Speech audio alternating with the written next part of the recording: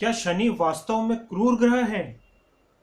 क्या शनि की महादशा, अंतर्दशा, साढ़े साती और ढैया लगने पर मनुष्य परेशान हो जाता है, भटकता है, पीड़ा भोगता है?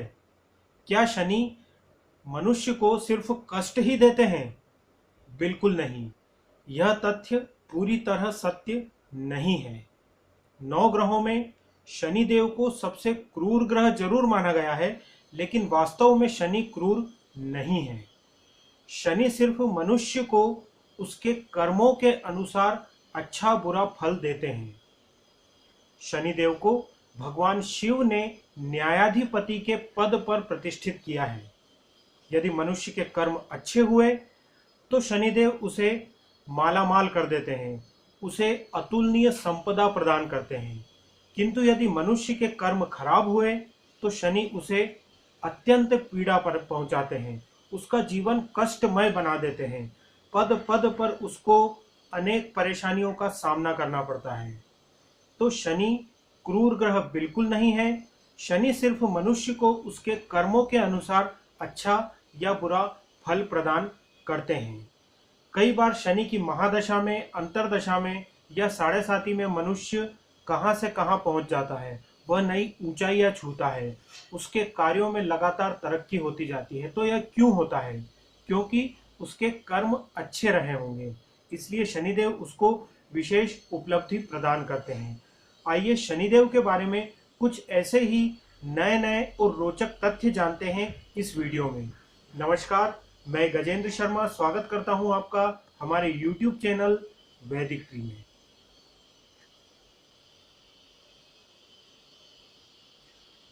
मित्रों, यदि देखा जाए तो पूर्व जन्म का प्रभाव अत्यंत होता है इस जन्म पर मनुष्य की कुंडली में। यदि मनुष्य के कर्म पिछले जन्म में बहुत अच्छे हुए तो इस जन्म में शनि उसके उच्च राशियों में प्रतिष्ठित होता है या उसे स्व राशि में स्थापित होकर अनेक प्रकार के फल प्रदान करता है। शनि के बारे में कुछ विशिष्ट बातें जानते हैं। शनि का जन्म ज्येष्ठ अमावस्या के दिन हुआ था। इनके पिता सूर्य और माता का नाम छाया है। अमावस्या के दिन जन्म होने के कारण शनि का स्वरूप काला और भयंकर है। शनि 5 भाई बहन हैं। शनि से छोटे भाई का नाम है यमराज और इनकी 3 बहनें हैं, तप्ती, भद्रा और यमुना। ये शनिदेव की तीनों सगी बहनें हैं।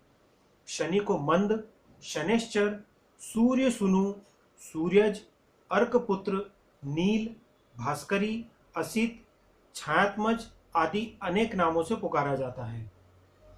शनि की स्व राशियां हैं मकर और कुंभ।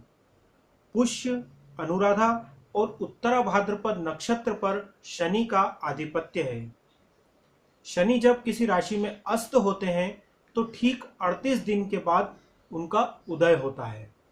शनि की उच्च राशि तुला है और नीच राशि मेष है। जन्म कुंडली के 12 भावों में शनि 8वें, 10वें और 12वें भाव का कारक ग्रह होता है, अर्थात 8वें, 10वें और 12वें भाव पर शनि का विशेष प्रभाव होता है।